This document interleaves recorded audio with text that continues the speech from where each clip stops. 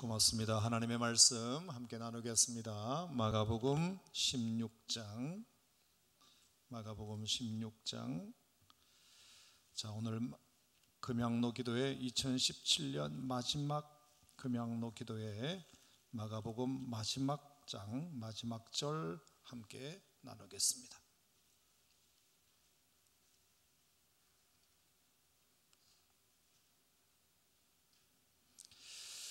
자, 마가복음 16장 오늘은 14절 말씀부터 20절까지 이 계시의 말씀을 우리 다 같이 읽을 때 하나님의 음성이 여러분 각자에게 들려주시기를 축복합니다. 자, 우리 14절 말씀부터 마가복음 16장 함께 읽겠습니다. 시작. 그 후에 11 제자가 음식 먹을 때에 예수께서 그들에게 나타나사 그들의 믿음 없는 것과 마음이 완악한 것을 꾸짖으시니 이는 자기가 살아난 것을 본 자들의 말을 믿지 아니함일러라. 또 이르시되 너희는 온 천하에 다니며 만민에게 복음을 전파하라. 믿고 침례를 받은 사람은 구원을 얻을 것이요 믿지 않은 사람은 정죄를 받으리라.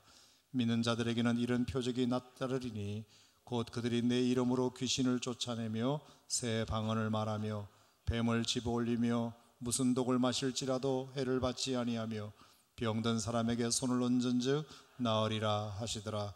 주 예수께서 말씀을 마치신 후에 하늘로 올려지사 하나님 우편에 앉으시니라.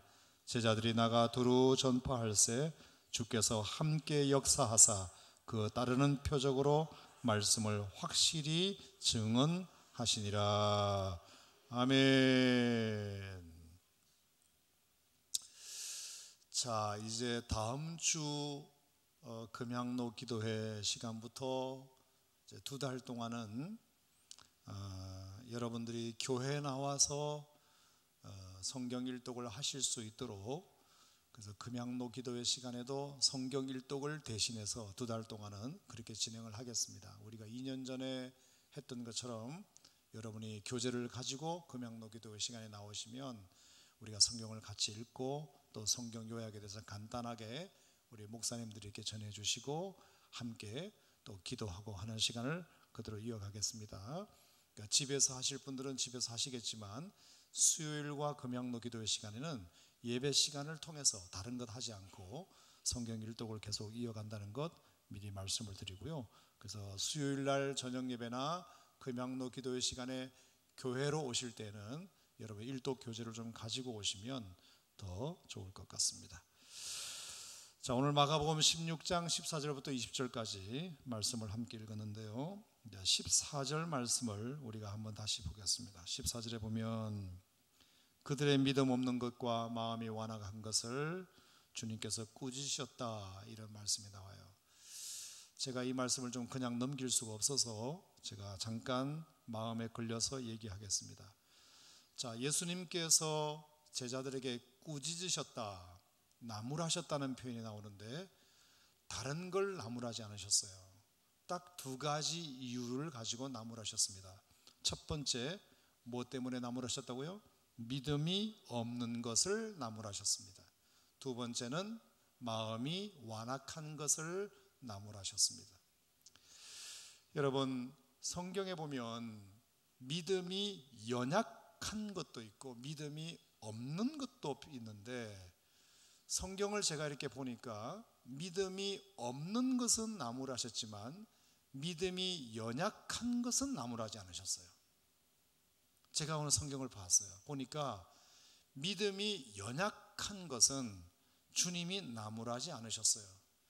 역대하 34장 27절에 보면 마음이 연약한 자의 통곡을 하나님이 들으셨다고 되어 있고, 예레미야 31장 25절에 보면 모든 연약한 심령을 만족하게 하기를 원하신다고 그랬고, 마태복음 8장 17절에도 우리의 연약한 것을 친히 담당하신다고 했고, 로마서 5장 6절에도 우리가 아직 연약할 때에 그리스도께서 죽으셨다.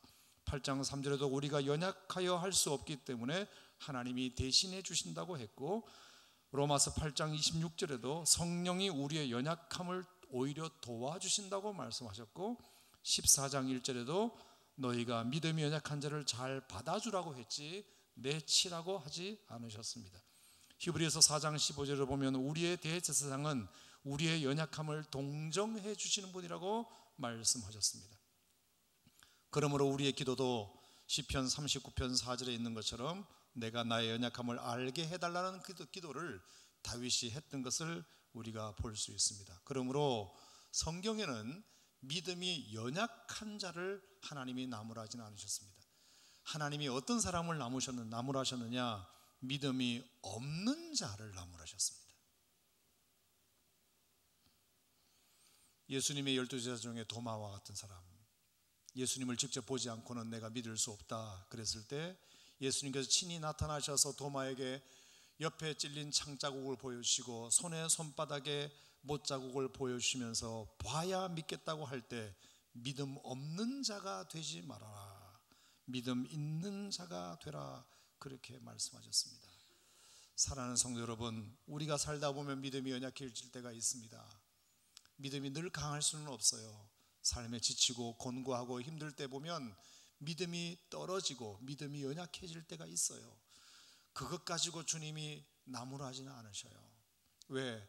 하나님은 우리 인간의 형편을 너무나 잘 아시기 때문에 늘 그냥 성령 충만하면 좋겠지만 때로는 우리가 삶에 지치고 힘들고 연약해질 때가 있다는 사실을 주님이 왜 모르시겠습니까?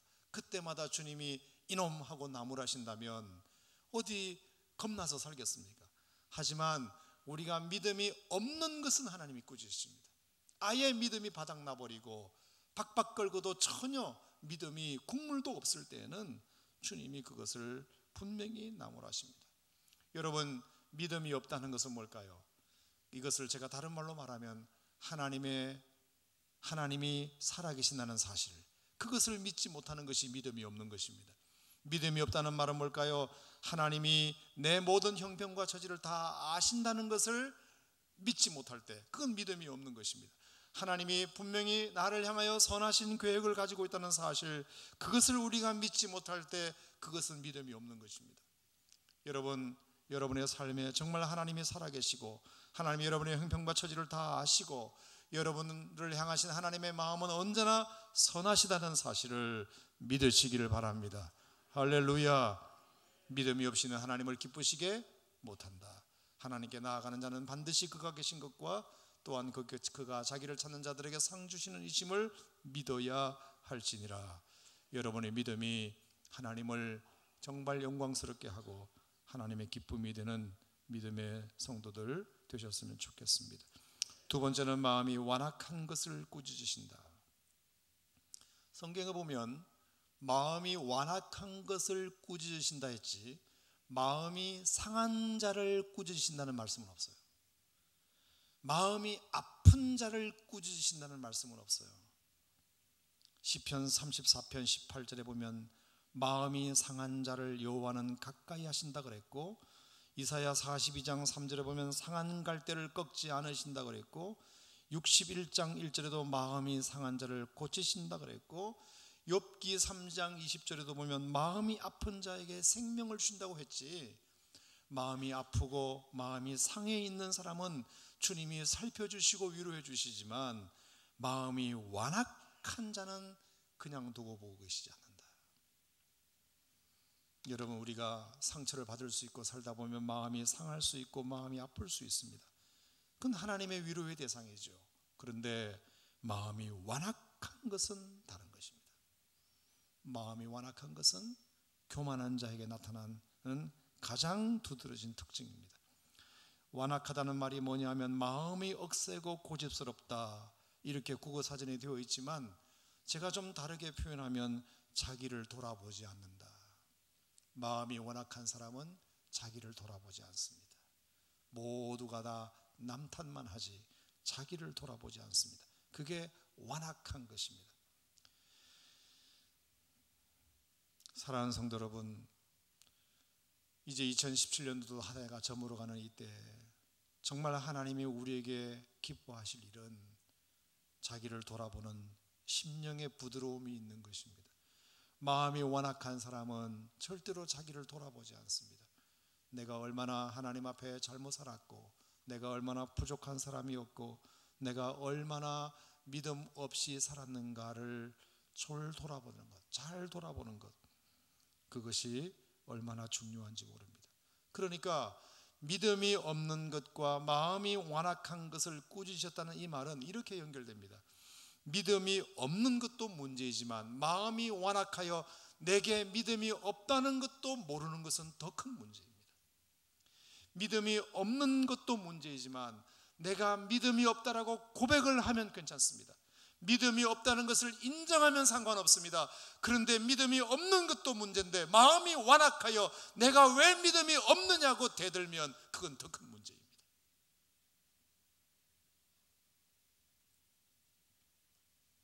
여러분, 마음이 부드럽기를 축원합니다.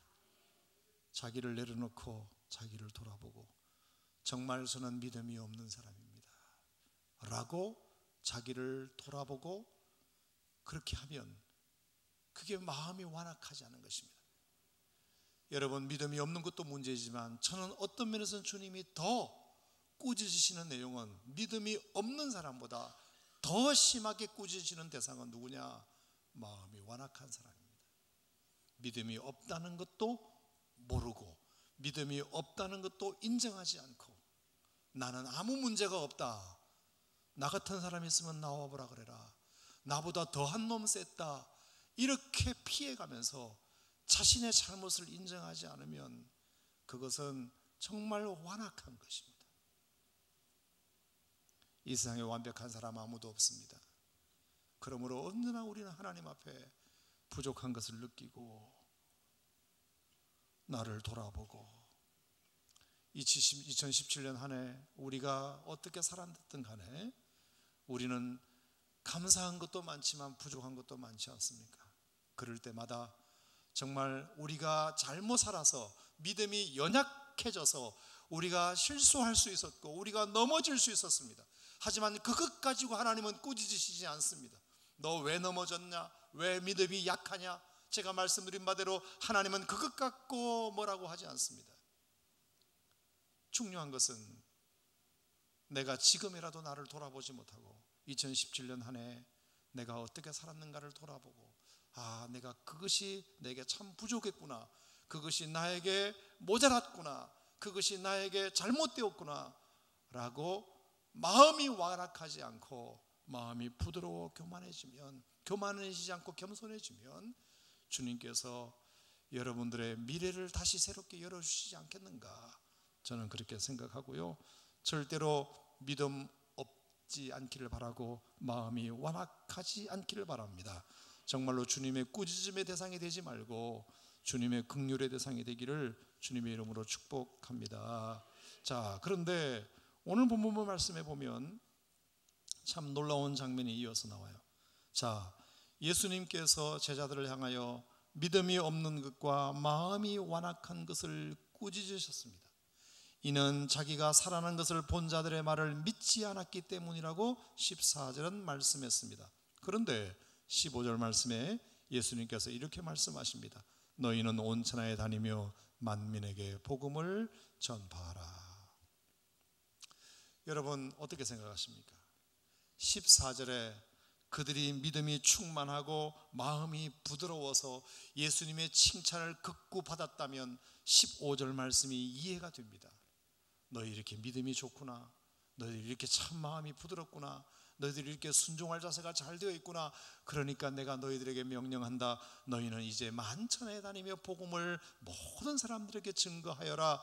이러면 이게 앞뒤가 맞는데 14절에 예수님이 실컷 꾸짖으시고는 갑자기 15절에 그렇게 혼난 제자들에게 만민에게 복음을 전파하는 위대한 사명을 예수님은 제자들에게 맡기고 있다는 것입니다.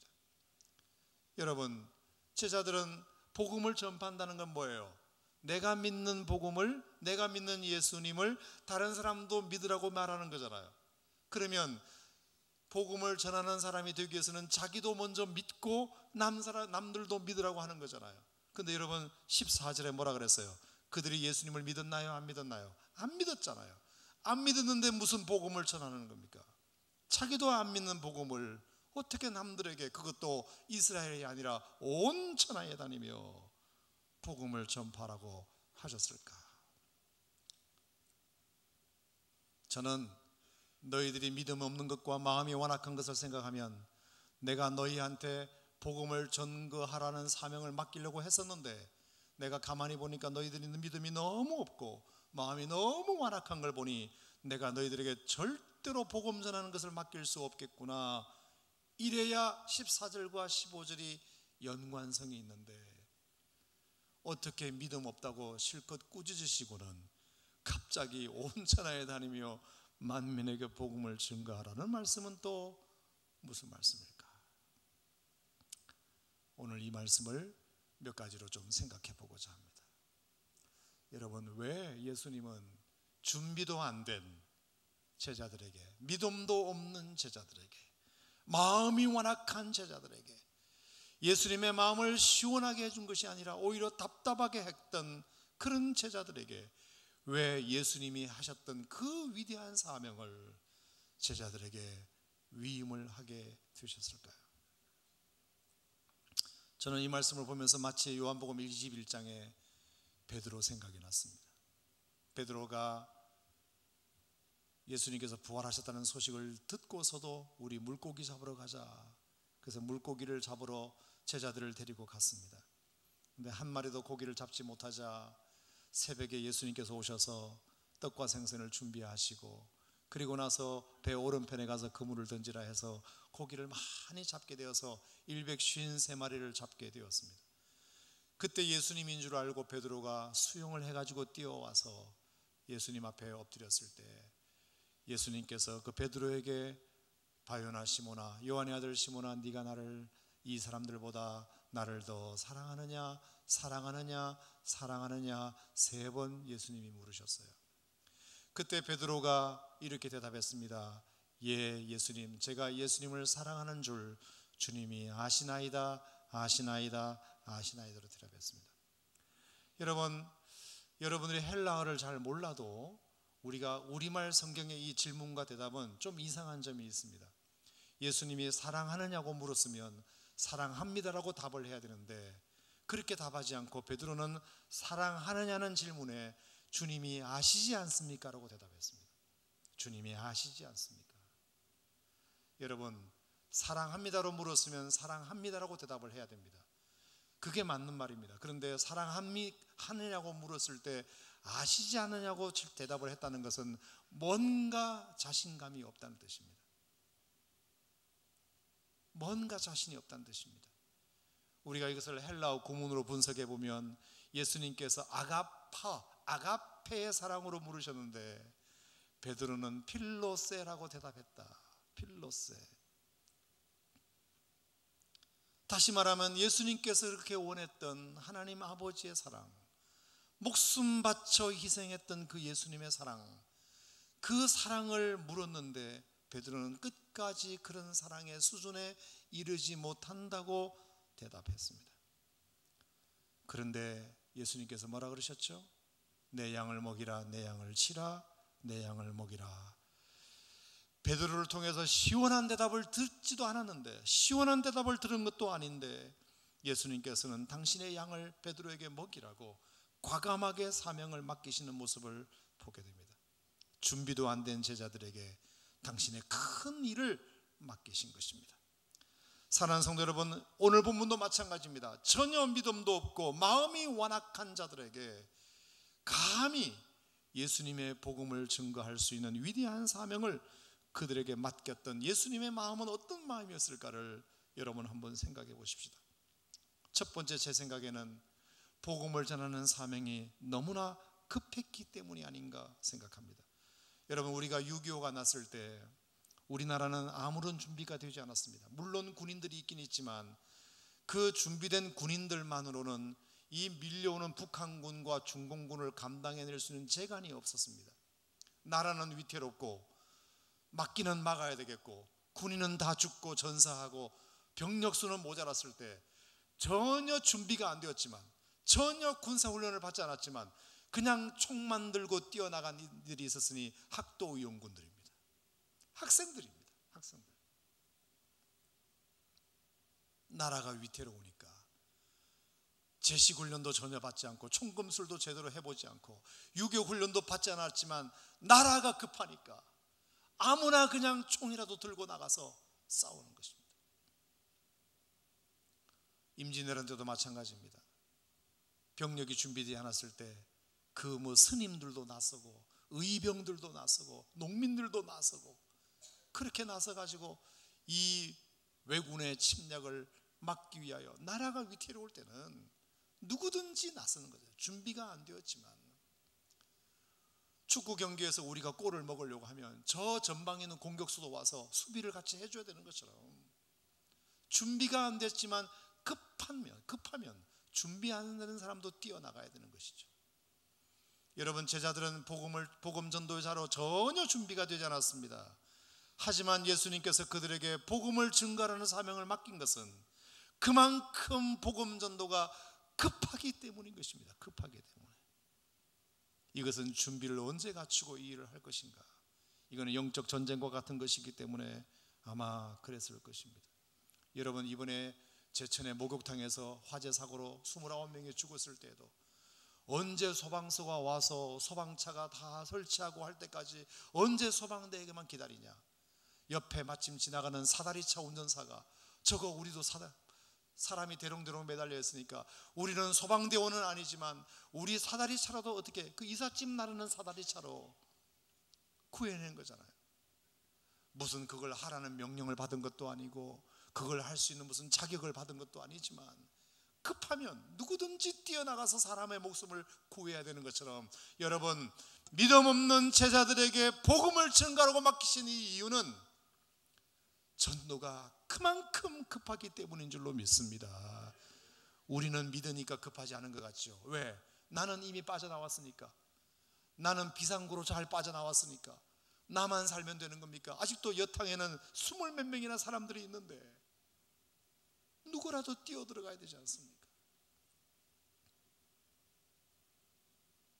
여러분, 전도는 우리는 잘 못 느낍니다. 왜? 우리는 이미 믿고 있으니까. 이미 우리는 당을 빠져나온 사람이니까.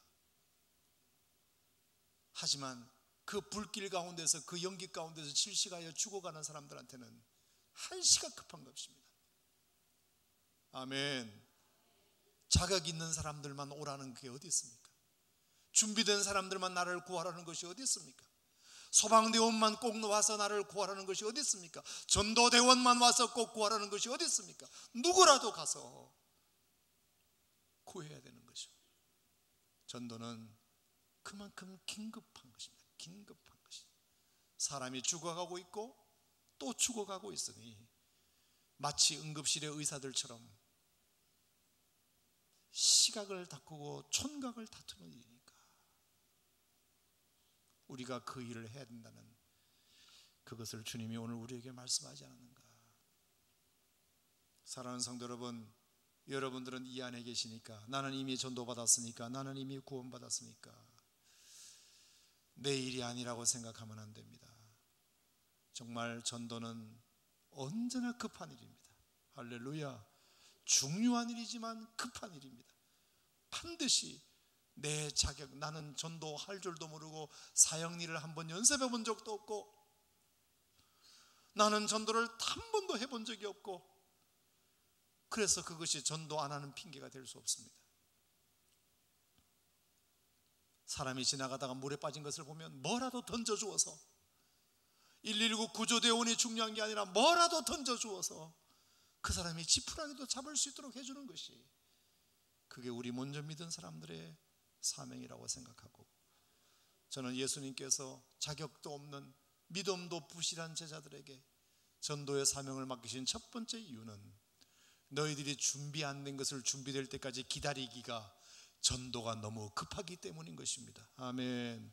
그만큼 우리가 다시 한번 더 여러분의 마음속에 나는 이렇게 따뜻한 곳에서 예배드리고 신앙생활하고 하나님을 아버지로 섬길 수 있어서 감사하지만 아직도 그렇지 못한 사람은 이렇게 헤매이고 있고 죽어가고 있다는 사실을 기억하고 우리가 이 일에 급한 마음을 가지고 누구라도 뭐라도 던져서 생명줄 던져 구원해야 할 사명이 우리들에게 있다는 사실을 여러분 믿으시기를 바랍니다.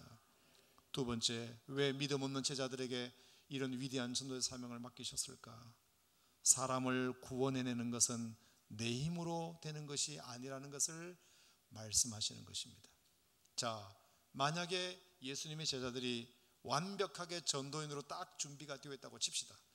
그러면 사람 전도해놓고 뭐라 그러겠습니까? 내가 전도했다고 말할 것입니다. 나의 이 설득력으로, 나의 이 말주변으로, 나의 이 성경 지식으로 내가 전도대로 많이 훈련받았기 때문에 내가 한 사람을 전도하고 구원했다고 말하겠지요.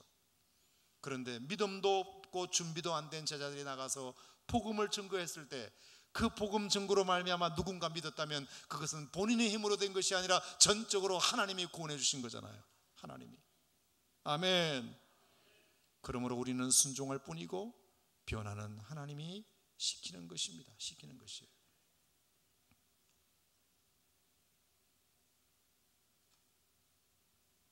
그래서 20절에 보십시오. 여러분 20절 말씀을 다 같이 한번 읽어볼까요? 제자들이 나가 두루 전파할새 주께서 함께 역사하사 그 따르는 표적으로 말씀을 확실히 증언하시니라. 아멘. 제자들이 나가서 두루 전파했을 뿐이지 역사는 누가 하셨느냐? 주님이 역사하셨습니다. 주님이. 그리고 그 따르는 표적으로 말씀을 확실히 증언하시니라. 자, 이 증언했다는 말의 주어는 뭐예요? 제자들이에요? 예수님이에요? 주님이에요? 아니면 제자들이에요? 표적으로 말씀을 확실히 증언하시니라. 이것은 주님이 그렇게 직접 증언하셨다는 뜻이에요. 제자들은 전파했을 뿐이에요. 그런데 증언은 누가 했느냐? 주님이 하셨어요. 주님이 함께 역사하셔서 그 제자들의 입을 사용하셔서 그 우둔한 입술을 사용하셔서 주님이 직접 저들을 통하여 말씀하신 것입니다. 그러므로 우리가 한 명의 사람을 전도하여 구원에 이르게 했다고 해서 우리가 어떤 자랑도 할 것이 없다는 뜻입니다. 왜? 우리는 믿음 없는 사람들이니까. 우리의 순종이 그렇게 만드는 것이지 우리의 재주로 절대로 그것이 되는 것이 아니다. 그것이 얼마나 우리에게 필요한 것인지 몰라요. 전도도 마찬가지고 사역도 마찬가지입니다. 모두가 다 우리는 자격 없고 우리는 부끄럽지만 주님이 함께 하셔서 이 일을 이루셨습니다. 여러분, 그것이 우리를 더 성숙시키는 믿음의 고백이 되는 줄로 믿으시기 바랍니다. 내가 하는 것은 아무것도 없다. 내가 자격이 있어서 됐냐? 제가 목사가 된 것도, 제가 설교를 하는 것도 다 자격이 있어서 된 것이 어디 있겠습니까? 부족하지만 하나님께서 써주시니까 하는 것이고, 누군가 설교를 듣고 은혜 받았다고 말하면 저는 어떻게 생각해야 되겠습니까? 아, 내가 오늘 설교를 잘했나 보다, 그렇게 생각하면 안 되겠지요.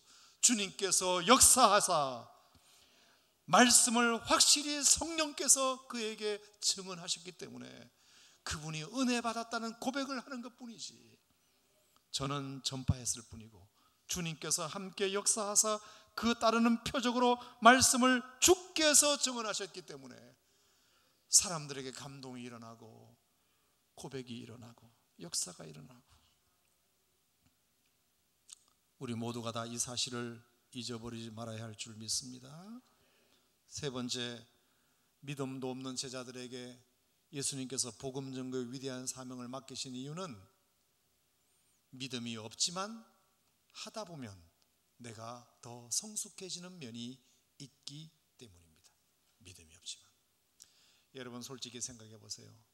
주일학교 작은 봉사라도 하나 맡는 것이, 내가 믿음이 이미 성숙하여, 내가 믿음이 성숙하여 내가 아이들에게 복음을 전하고 가르치는 선생님이 몇 명이나 되겠습니까? 다 부족하지만 부족한 가운데서 그 말씀에 순종했을 때 내가 성숙해지는 것입니다. 내가 그 아이를 가르치려고 주일학교에 들어갔는데 오히려 주일학교 아이들보다 선생님이 더 성숙해지는 경우가 너무 많습니다. 아멘입니까 여러분? 왜 부족한 사람임에도 불구하고 하나님께서 일을 맡기시느냐? 네가 그 일을 하면서 네가 더 성숙해지기를 바라는 마음 때문입니다. 바라는 마음 때문이죠. 그 가장 큰 혜택을 받은 사람이 저입니다. 저예요. 저는 목사가 아니었으면 그래도 이 정도의 믿음이 저에게 있었을까? 솔직히 부끄럽습니다. 깨놓고 말해서 저는 여러분의 평신들보다, 우리 안수집사님들보다, 장로님들보다 훨씬 부족했을 것입니다. 근데 부족하지만 하나님께서 목사라는 직분을 씌워 주셔가지고 그것이 부담스럽고 힘들지만 그것을 해내려고 하다 보니까 내가 어느 날 이만큼 더 성숙해지고 그만큼 더 성장해지고. 여러분, 최근에 우리 교회 오신 분들은 잘 모르시겠지만 우리 교회가 역사 가운데 참 전무후무한 천일 기도회라는 것을 한번 해봤습니다. 소문을 통해서 들으셨겠지요. 천일 기도회를 지금도 간증하시고 잊어버리시지 않는 분들이 참 많이 계세요. 그런데 그 천일 기도회 가장 큰 수혜자는 저예요. 얼마나 저를 목사로 다듬으셨는지 몰라요. 얼마나. 그때는요, 이 헌금 봉투가 1,000번째 봉투가 하루에 100장씩 넘게 올라와요. 100장씩. 그리고 기도 제목이 한 사람당 10개씩 거기다 써요. 제가 지금도 어느 분의 글씨체는 다 기억해요. 어제도 어느 안수사님과 얘기했는데 안수사님 천일 기도회 때 빼먹지 않고 했던 그 기도 제목 지금도 생각나고 글씨체도 생각난다. 제가 오죽하면 한 3개월쯤 되었을 때 기도 제목을 이렇게 강단에서 엎드려서 기도하는데 이름을 안 쓰신 분이 2분 계신 거예요. 이름을 깜빡하셨나 봐요. 1,000번째 기도 제목을 쓰고 기도 제목은 썼는데 이름을 안 썼어요. 그러면 이걸 그대로 제가 내버려 두면 재정부에서는 무명으로 처리하잖아요. 무명 헌금. 그러면 안 되잖아요. 근데 딱 보면 글씨체만 봐도 이게 누구 권사님 글씨인지를 3개월 만에 다 알아보거든요. 다. 그래서 제가 볼펜을 꺼내가지고 제가 이름을 대신 써줬어요. 2명의 이름을. 100% 맞아요. 제가 바보가 아닌 이상 3개월 동안 글씨체를 새벽마다 봤는데 그걸 모를 리가 없죠. 제가 그때 깨달았어요. 이 천일 기도회는 나를 위한 기도였구나. 저를 목사로 만들어가고 성도 한 사람 한 사람의 그 애달른 기도 제목을, 그래서 제가 예배 때마다 성도들 인사할 때마다 얼굴만 보면 기도 제목 10가지가 생각이 나는 거예요. 여러분, 부족하지만 하나님께서 저에게 목사라는 굴레를 씌우셔가지고 이날 이때까지 26년 동안 이렇게 살아오면서 하나님이 저를 참 많이 성장시키셨어요. 오산 침례교회는 그래서 은인 중에 은인 되는 교회예요. 제가 군목으로만 있었다면 이렇게 성장하지 않았을 거예요. 그런데 정말 큰 대양 같은 데 나와서 험한 파도도 만나보고 고생도 하면서 상처도 받고 아픔도 겪어가면서 하나님께서 저를 많이 단련시키고 훈련시키셔서 그래도 이 정도까지 오게 된 것이 전적인 하나님의 은혜예요. 저는 너무 부족하죠. 그런데 그러니까 여러분, 믿음 없는 제자들에게 예수님께서 위대한 복음 전도의 사명을 맡기실 때에는 전도를 통해서 너희들이 성장하라는 주님의 뜻이에요. 마치 구레네 시몬이 저 먼 나라에서 여행을 왔다가 예수님이 십자가 지고 올라가는 모습을 보고 툭툭툭툭 쓰러지니까 갑자기 병정이 아저씨 이리 오시오 해가지고 억지로 시몬에게 십자가라는 굴레를 씌워서 골고다 언덕까지 올라가라고 했을 때 얼마나 처음에는 투덜거렸겠습니까? 왜 내가 이것을 져야 되느냐고. 하지만 그 구레네 시몬의 짧은 십자가 진 그 행동이 로마서에 가서 사도 바울이 뭐라고 그랬나요? 루페의 어머니, 그 아내에게 문안하라. 그 아내가 바로 그 어머니가 내 어머니다. 사도 바울의 영적인 어머니가 되지 않습니까? 그 가정이 다 구원받게 된 줄로 믿습니다. 여러분, 하나님 앞에서 봉사하고 섬기는 일이 내 믿음이 다 준비되면 내가 하리라. 물론 그 말이 무슨 의미인지는 알아요. 하지만 어느 세월에 여러분의 믿음이 남 앞에 설 때까지 완벽하게 준비되겠습니까? 부족한 가운데 하는 거죠. 나의 믿음 없음을 도와달라고 하나님 앞에 기도하면서 하는 거죠. 아멘. 그러다 보면 내 믿음이 조금씩 성장해가고 그것 때문에 기도하게 되고 그것 때문에 참게 되고 그것 때문에 마음의 여유를 갖게 되고 그것 때문에 더 하나님 앞에 매어 달리게 되면 하나님께서 그것을 통해서 결국 내 믿음을 준비시켜 가게 될 줄로 믿습니다. 자, 그래서 여러분 20절 말씀에 또 17절 말씀을 보시면 믿고 침례를 받은 사람은 구원을 얻을 것이요 믿지 않은 사람은 정죄를 받으리라. 믿는 자에게는 이런 표적이 따르리니 그들이 내 이름으로 귀신을 쫓아내며 새 방언을 말하며 뱀을 집어올리며 무슨 독을 마실지라도 해를 받지 아니하며 병든 사람에게 손을 얹은 적 나으리라. 할렐루야. 여러분, 제자들에게 원래 이런 믿음이 있었나요? 없었나요? 없었습니다. 그들은 예수님을 믿지 않았습니다. 그런데 어떻게 손을 얹은 적 병이 낫는 일이 일어났을까요? 순종하면서 그들에게 그런 믿음이 생기게 된 것입니다. 아멘. 믿음이 먼저일까 순종이 먼저일까? 닭이 먼저일까 계란이 먼저일까? 똑같아요. 믿음이 먼저일 수도 있겠죠. 믿고 순종하는 것일 수 있겠죠. 하지만 하나님께서 급하면 순종을 먼저 훈련시키세요. 순종부터 해라. 믿음이 없으면 순종부터 해라. 그러면 너희에게 믿음이 생기리라. 할렐루야. 제자들에게는 믿음이 없었습니다. 그래서 순종을 시켰습니다.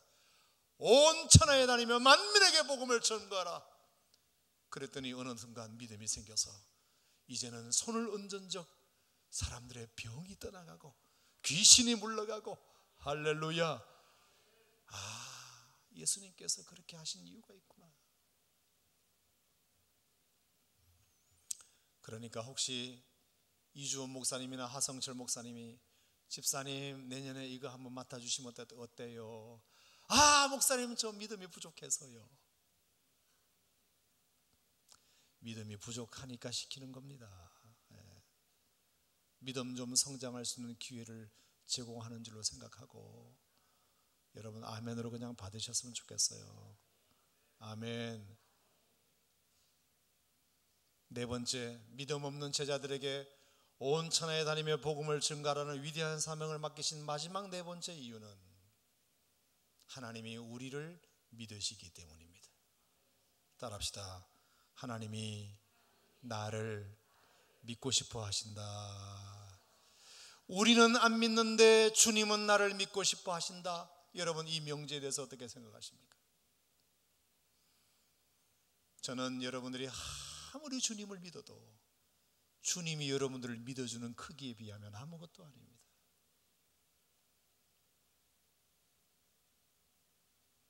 저는 그것을 어디서 봤느냐? 19절에서 봤습니다. 자, 19절 다 같이 시작. 주 예수께서 말씀을 마치신 후에 하늘로 올려지사 하나님 우편에 앉으셨느냐. 자, 주 예수께서 이 말씀을 딱 하시고, 이 말씀은 뭐냐? 만민에게 복음을 전파라는 말씀을 하시고 그냥 모른 척하고 하늘로 그냥 가버리셨습니다. 여러분, 믿음 없는 제자들에게 복음 전도를 맡겨놓고 주님은 그냥 하늘로 가버리셨습니다. 여러분, 이것은 뭘 의미할까요? 뭘 의미할까요? 제자들은 주님을 믿는 믿음이 없는데 주님은 제자들을 믿었다는 뜻입니다. 너희들이 잘할 줄로 믿는다. 너희들이 잘할 줄로 믿는다. 그래서 하나님 우편에 가버리셨습니다. 여러분, 믿음이 없으면 믿음이 없는 것이, 사람들을 믿지 못하면 떠나지 못합니다. 불안해서 못 떠납니다. 근데 떠난다는 의미는 믿음이 있기 때문에 떠나는 것입니다. 믿음이 있기 때문에 맡기는 것입니다. 부족하지만, 나는 부족한데, 제자들은 부족한데 주님이 맡기셨을 뿐만 아니라 아예 하늘로 가버리셨습니다. 알아서 잘해 이러면서. 여러분, 우리가 주님을 믿는 건가요? 주님이 우리를 믿는 건가요? 주님이 우리를 믿는 것입니다.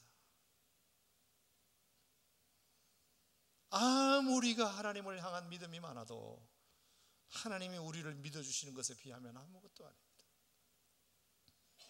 저는 예수님께서 이 말씀을 하시고 하늘로 올라가셨다는 이 말씀이 얼마나 저에게 눈물이 나는지 모릅니다. 주님이 참 많이 불안하실 텐데, 이 김종훈 목사에게 이 엄청난 교회를 맡기신 것이 하나님이 참 많이 불안하실 텐데 어떻게 나를 이렇게 믿고 맡기실까? 이 생각이 드니까 저는 전도사 사역을 22살 때 시작했습니다.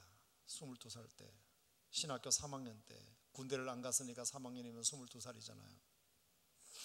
저기 경기도 파주에 있는 금천중앙 침례교회라는 곳에 첫 전도사라는 레임, 이 레베루를 붙이고 경기도 파주에 있는 전도사 사역을 갔습니다.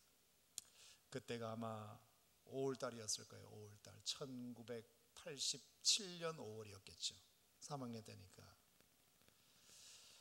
뚜벅뚜벅 금촌역이라는 데를 내려가지고 서울 서부역에서 기차를 타고 금촌역에 내려서 그리고 걸어가지고 교회를 물어 찾아서 갔는데 권순례 목사님께서 마당에 나가서 딱 기다리고 계신 거예요.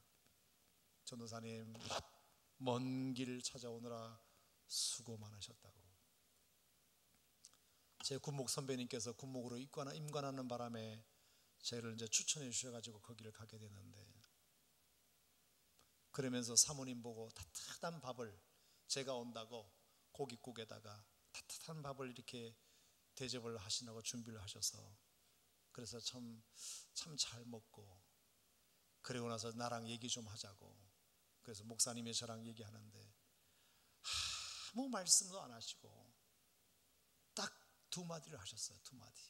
첫째는 이 먼 곳까지 와줘서 너무 고맙습니다. 반말이 아니라 너무 고맙습니다. 이 먼 곳까지. 사실 멀긴 멀어요. 대전에서 가려면 멀긴 멀지만 이 먼 곳까지 우리 아이들을 위해서 와줘서 너무 고맙다고 그렇게 말씀하시고, 두 번째 말씀은 이 얘기를 하셨어요. 나는 전도사님만 믿습니다. 나는 담임 목사이기 때문에 학생들을 몰라요. 우리 아이들 한 20여 명 되는데 전도사님이 신학교에서 배운 것, 그 좋은 것 많이 배웠을 테니까 우리 아이들을 위해서 마음껏 쏟아 부어주세요. 나는 전도사님만 믿습니다. 신학교에서 배울 게 뭘 배워? 이제 3학년 1학기인데 아무것도 없는데 배운 걸 우리 아이들을 위해서 다 쏟아 부어주세요. 하여튼 전도사님만 믿습니다. 그랬는데 그 말이 저에게는 너무 큰 충격이었어요. 그게 충격이었어요. 멀리까지 와주셔서 고맙습니다는 말씀은 목사님으로서 하실 수 있다고 치자. 근데 저를 믿는다는 말이 너무 부담이 됐습니다. 너무 부담이 됐습니다. 그때부터 정말 저는 학교 공부가 중요한 게 아니라 어떻게 하면 저 목사님의 신뢰에 금이 가지 않기 위해서 정말 죽으라고 설교 준비하고 하여간 좋은 거 있으면 다 갖다 아이들한테 보여주고, 그럴 마음으로 3년, 한 2년 반 정도 열심히 사역을 했어요. 열심히. 나올 때 한 50명 정도 아이들이 2배 정도로 부흥이 됐는데, 제가 가만히 생각해 보니까 그거더라고요. 저를 믿어주시는 그 목사님에게 금이 가지 않기 위해서 최선을 다했던 그 모습이 이렇게 생각나면서, 우리가 하나님을 믿는 것보다 하나님이 우리를 더 믿으시는구나. 우리가 하나님을 믿고 싶어하는 것보다 하나님이 우리를 더 믿고 싶어 하시는구나. 우리가 하나님을 믿는 것이 아니라 하나님이 우리를 믿으시는구나. 우리가 하나님의 일을 해드리는 것이 아니라 하나님이 우리의 일을 더 많이 해주시는구나. 이걸 제가 깨닫게 되었습니다. 우리가 하나님을 믿어서 복을 받는 것이 아니라 하나님이 우리를 믿어서 복을 주시는 것입니다. 아멘. 저는 여러분들에게 동일하다고 생각합니다. 여러분이 하나님을 믿으시지만 하나님이 여러분들을 더 믿으십니다. 그러니까 제자들에게 이 말씀을 마치시고 하늘로 가버리셨습니다. 하늘로. 제자들을 믿으니까 끝까지 믿었습니다. 저들이 성령을 받게 되면, 너희가 성령의 권능을 받게 되면, 지금은 이렇게 나약하고 믿음 없는 모습이지만 예루살렘과 온 유대와 사마리아와 땅끝까지 이르러 내 증인이 될 것이다. 분명한 믿음이 있으셨어요. 그 믿음이 제자들로 하여금 정말 초대교회에 부흥을 일으키고 교회를 세우고, 정말 많은 핍박과 환난 속에서도 자기 목숨을 내놓고 12제자 모두가 다 순교하는 이런 엄청난 일들을 일으키게 되었다. 여러분, 이 믿음을 절대로 배신하면 안 됩니다. 우리가 의리를 지켜야 됩니다. 하나님이 우리를 믿으십니다. 그러니까 이 믿음을 배신하면 안 됩니다. 하나님이 나를 믿어주시니까, 그 믿어주신, 내가 뭐라고 하나님이 나를 믿어주시느냐, 이 마음을 가지고 우리가 한번 신앙생활을, 내 믿음이 아니라 하나님이 나를 믿으시는 그 믿음을 믿고 우리가 신앙생활을 한번 해볼 수 있다면, 정말 제자들처럼 믿음이 없어서 꾸지람만 받고 마음이 완악하고 믿음 없었던 그 꾸지람 받던 제자가 어느 순간 변화하여 정말 초대교회를 세우는 일에 귀하게 사용되었던 것처럼 우리에게도 그런 일이 일어날 수 있지 않겠는가.